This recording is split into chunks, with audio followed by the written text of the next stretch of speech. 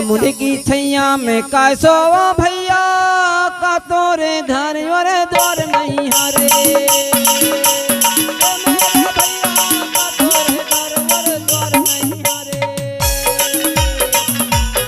जंगोदाई का रायतार जंगोदाई पहले से ही और अपने ठाना में रहती थी और जिसके पास कालंकित महिला जाती थी उस समय उनको घर से निकाल दिया जाता था। कालंकित महिलाओं को अगर मान लो किसी ने कुंवारेपन में किसी गलत को काम को कर लेते थे तो उसको जंगल में भगाते थे, सीधा उसको जंगल भगाते थे, उसको सजा देते थे। अगर किसी महिला का पति खत्म हो जाता था उस महिला को भी चुड़ैलन डायन करके उसको भी बाहर भगा देते थे कि तूने पति को खा गई, पति को खाने वाली महिला है।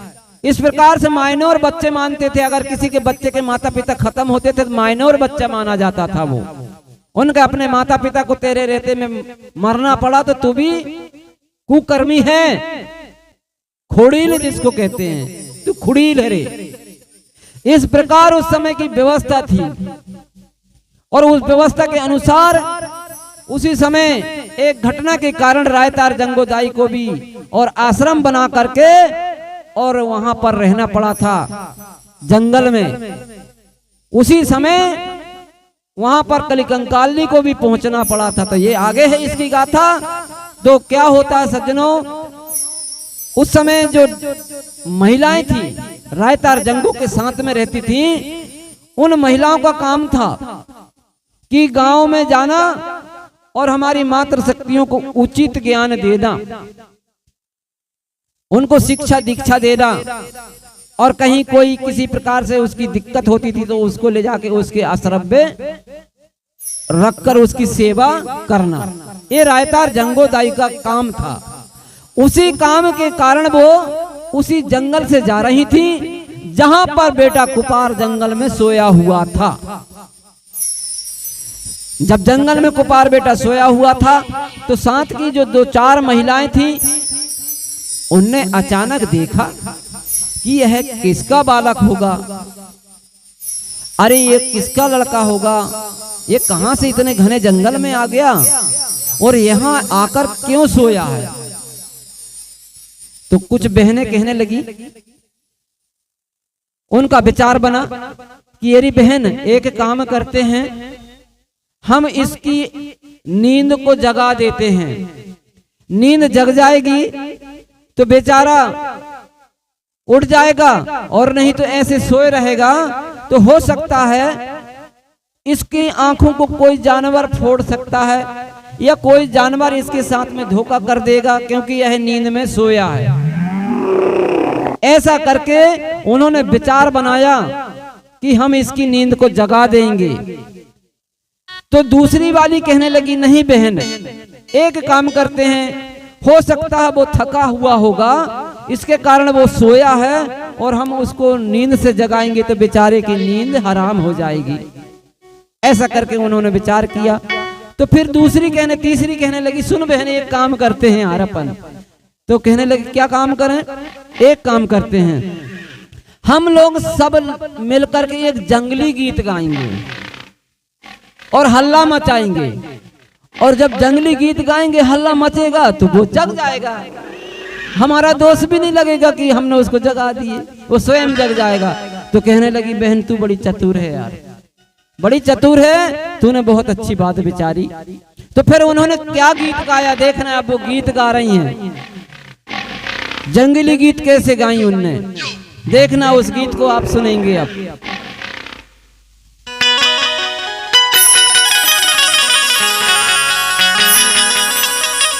जंगली गीत गा करके उन्होंने और उस राजकुमार को जगाया था।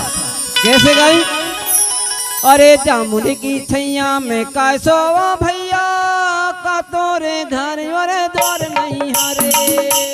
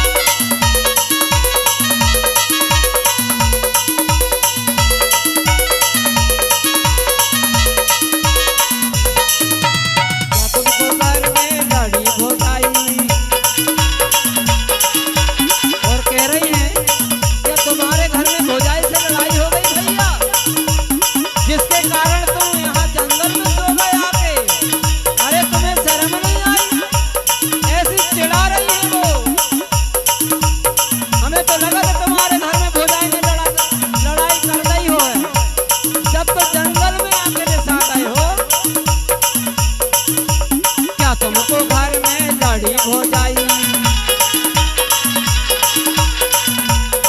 और कह रही है तुम्हारे घर में बाप महतारी को भी शर्म नहीं आई, तुम्हें मना नहीं सकेगा क्या तुम्हारे घर में लाड़ी हो जाई। बाप महतारी शर्म नहीं आई, तीखो है गाँव में जरत पैया रे, तोरे घर मोरे द्वार नैया रे। तीखो है गाँव जरत पैया रे, तोरे घर मोरे द्वार नैया रे। सामने के भैया में खाए तो भैया, तोरे घर मोरे द्वार नैया रे।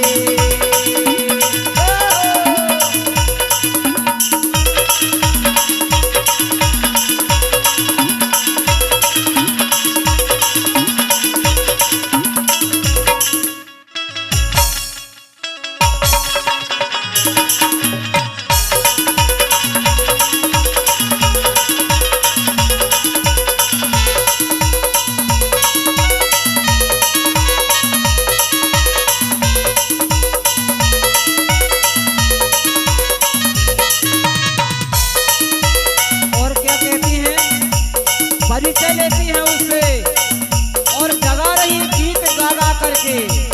क्या कहती हैं, कोने के कुंवर कहाँ से आए, कोने के कुंवर कहाँ से आए। उस समय राजकुमार कहा जाता था, राजाओं के लड़कों को कुंवर साहब कहा जाता था। आज भी हमारे गोंडियन संस्कृति के अनुसार कुंवर कहते हैं लोग कुछ लड़कों को। कौन के कुंवर कहाँ से आए, कौन तुम्हारे पिता कहाए, कौन तुम्हारे पिता भी कहाए।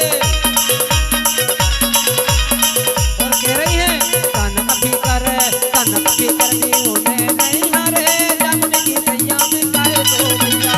कनक फिकर उन्हें नहीं भैया, तोरे घर वाले द्वार नहीं हरे। जमुने की सैया में गाए तो भैया, तोरे घर वाले द्वार नहीं हरे।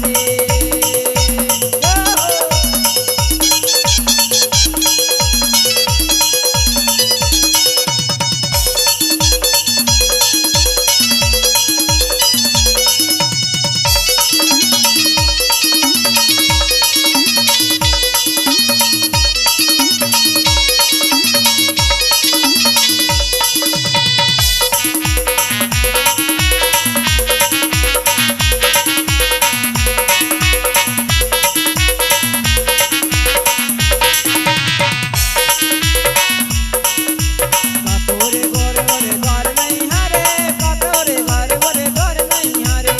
तोरे घर वाले द्वार नहीं हरे, तोरे घर वाले द्वार नहीं हरे। तोरे घर वाले द्वार नहीं हरे, तोरे घर वाले द्वार नहीं हरे। सामने की भैया में खाए तो भैया, तोरे घर वाले द्वार नहीं हरे। सामने की भैया में खाए तो भैया, तोरे घर वाले द्वार नहीं हरे। तोरे घर वाले द्वार नहीं हरे, तोरे घर वाले द्वार नहीं हरे। बोलिए बाबा कुपार लिंगोना, धर्म गुरु बाबा कुपार लिंगोना।